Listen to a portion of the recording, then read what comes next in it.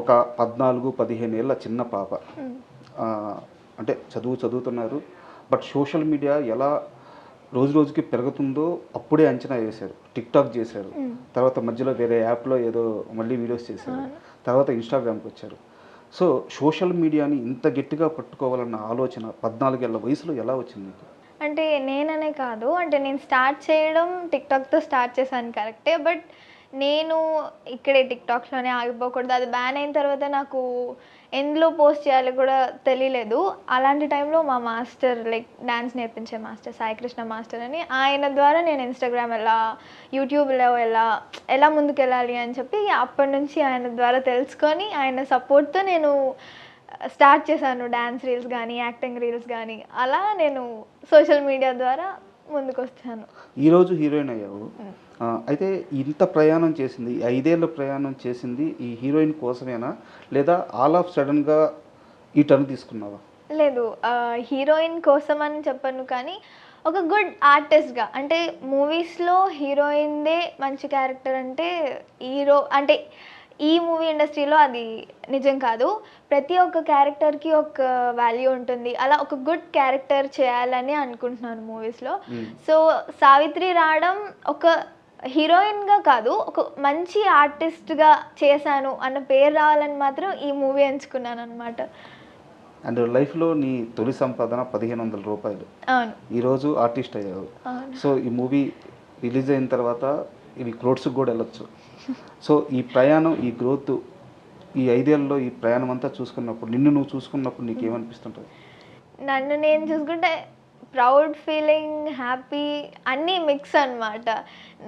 ఎంత సఫర్ అయ్యానో, ఎంత కష్టమైనా సరే స్టడీస్‌ని మేనేజ్ చేస్తూ నేను డాన్స్ క్లాస్‌కి వెళ్ళడం, ఈవెంట్స్‌కి వెళ్ళడం, శ్రీదేవి డ్రామా కంపెనీకి వెళ్ళడం, డీకి వెళ్ళడం, చాలా హ్యాపీగా ఉంటుంది అండ్ ప్రౌడ్‌గా కూడా ఉంటుంది.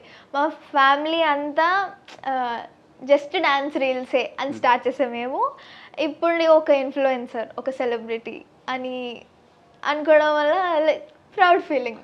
19 ఏళ్ల అంటే నిజం చెప్పాలంటే చిన్న పాపే ఇంకా. 19 ఏళ్ల ఒక అమ్మాయికి ఇంత పెద్ద సక్సెస్ రావడం అంటే ఏదో ఒక రాత్రిలో జరిగిపోయింది కదా ఇది. ఇప్పుడు మీరు చెప్పారు ఎంత కష్టపడ్డారు. ఆ మొత్తం ప్రయాణంలో మీరు మర్చిపోలేని ఒక కష్టం గురించి, ఒక ఎగ్జాంపుల్ గురించి, ఒక మూమెంట్ గురించి మాతో షేర్ చేసుకుంటారు. ఆ రోజు నేను చాలా ఇబ్బంది పడ్డాను. ఐ మీన్ కష్టమే, వర్క్ కష్టమే. సో ఆ మూమెంట్ గురించి షేర్ చేయండి. నాకు ఇప్పటి వరకు అంటే ద హార్డెస్ట్ థింగ్, నేను చదువుకుంటున్నప్పుడే 10th ఇస్ చాలా ఇంపార్టెంట్. 10th అవ్వకపోతే ఇప్పుడు నువ్వు ఫర్దర్గా ఏం చేయలేం.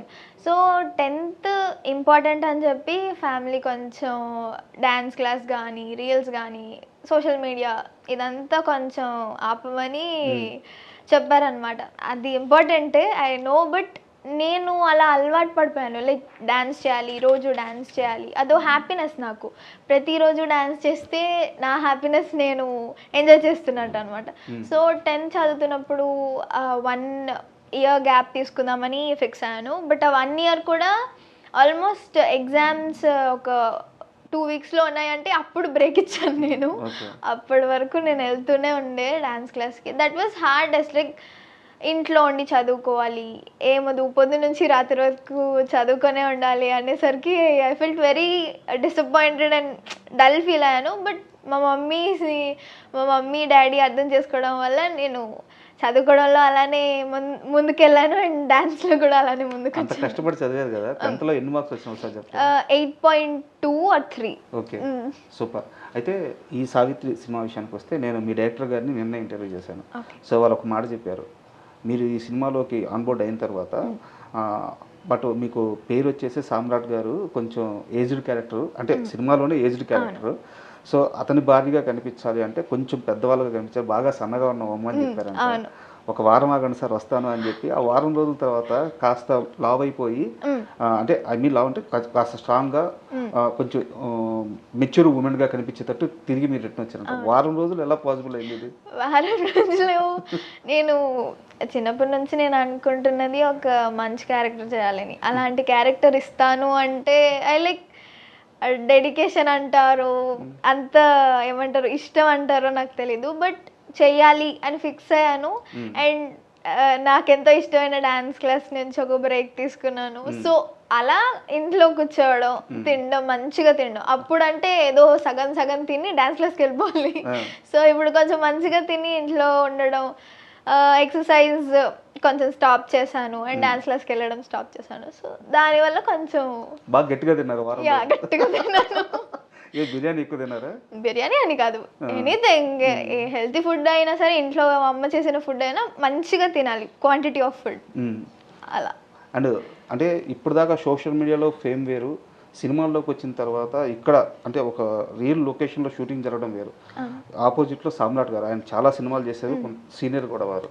సో తొలి రోజు హీరోయిన్గా చేస్తున్నప్పుడు ఆ ఫస్ట్ షాట్ మీ ఎక్స్పీరియన్స్ షేర్ చేయండి. ఫస్ట్ షాట్ నా సోలో షాట్ అది. చాలా టెన్షన్, ఎందుకంటే ఫస్ట్ ఎన్ని రీల్స్ చేసినా, ఎన్ని సాంగ్ షూట్స్ చేసినా ప్రజలు అంటే peoples around you is very common. అది పట్టించుకోకూడదు. బట్ అది ఊరు చాలా చిన్న ఊరు, అది కూడా పలాస అటు సైడ్ షూటింగ్, టెక్కలి అటు సైడ్ వెళ్ళాము. అది అక్కడ ఎప్పుడు ఎవరు షూటింగ్ చూసుండరు. ఆల్మోస్ట్ ఆ ఊరు ఎవరితో కాంటాక్ట్లో ఉండదు, దాని సిగ్నల్స్ ఉండవు, ఏముండదు. సో వాళ్ళందరూ ఎక్కువ మంది ఉండే, మొత్తం ఊరంతా ఒకే దగ్గర ఉండే షాట్ తీస్తున్నప్పుడు. అండ్ ఆవు అంటే నా ఫస్ట్ షాట్ ఒక ఆవుతో నేను మేతేస్తున్నట్టు ఉంటుంది అనమాట. సో చాలా భయంగా, ఈ సీన్కి ఎక్స్ప్రెషన్సే అన్ని, డైలాగ్స్ కూడా ఏముండవు, ఎక్స్ప్రెషన్స్. ఫస్ట్ స్టార్టింగ్ ఎక్స్ప్రెషన్స్తో స్టార్ట్ అవుతుంది. Thank you. అలా అది చేయడం ఐ వాజ్ సో హ్యాపీ. అంటే ఫస్ట్ షాట్ వచ్చిందా రాలేదా, నేను కెమెరా దగ్గరికి వెళ్ళిపోయి మరీ చూసుకున్నాను అనమాట. ఓకేనా, లుక్ ఓకేనా, అన్నీ ఓకే ఓకే ఓకే అన్నాక ఐ వాజ్ లైక్ కాన్ఫిడెన్స్ వచ్చింది, ఓకే చేశాను, ఫస్ట్ షాట్ అయిపోయింది. అండ్ ఇది కంపారిజన్ చేయడం కాదు కానీ, బట్ నిజమో కాదు తెలుసుకోవాలని అడుగుతున్నాను. సో ఎక్స్ప్రెషన్స్ వైజ్ వస్తే ఒక చిన్న చిన్న మూమెంట్స్లో కూడా, అంటే డ్యాన్స్ ఎలాగో బాగా వేస్తారు, ఆ సమయంలో కూడా ఆ ఎక్స్ప్రెషన్స్ చాలా పర్టికులర్గా పట్టుకుంటున్నారు. మనకి ఇండస్ట్రీలో సాయి పల్లవి గారు ఉన్నారు, సో వారు చాలా పర్టికులర్ చిన్న చిన్న ఎక్స్ప్రెషన్స్ కూడా ఉంటారు. మీకు వారు ఏమన్నా అంటే ఫేవరెట్ హీరోయిన్, లేకుంటే తను ఫాలో అవ్వడం అలా ఏమన్నా చేస్తున్నారు? ఫాలో అవుతాను అంటే, తను నాకు ఎప్పుడైతే సాయి పల్లవి గారు తెలుసో, నాకు డీకి వెళ్తున్నారని తెలీదు. ఎప్పుడైతే తెలిసిందో ఐ వాజ్ సో హ్యాపీ. అంటే ఒక డాన్సర్గానే వచ్చింది తను కూడా, అలానే నేర్చుకుంది తను కూడా అనగానే ఇద్దరిని కంపేర్ చేసుకొని చూసుకునేదాన్ని అనమాట. అలా ఫాలోవర్నే, ఇంకా ఫ్యాన్నే. So I love Sai Pallavi గారు. తన ఫ్లెక్సిబిలిటీ, తన ఎక్స్ప్రెషన్స్ కానీ, తన యాక్టింగ్ కానీ, తను ఏడ్చినప్పుడు చాలా యూనిక్గా ఏడుస్తుంది. మీరు ప్రతి సినిమాలో చూడొచ్చు. అమరన్లో అయితే ఆ సీన్ ఎన్నిసార్లు చూసానో నాకు తెలీదు, but I love that scene. తను చనిపోయినాక ఏడ్చే సీన్ ఉంటుంది, అస్సలు చెప్పలేను, అంత ఇష్టం ఆ సీన్ అంటే. ఏదైనా సాయి పల్లవి గారిది ఒక డైలాగ్ చెప్పండి. సాయి పల్లవి గారిది ఒక డైలాగా, ఫిదా మూవీలో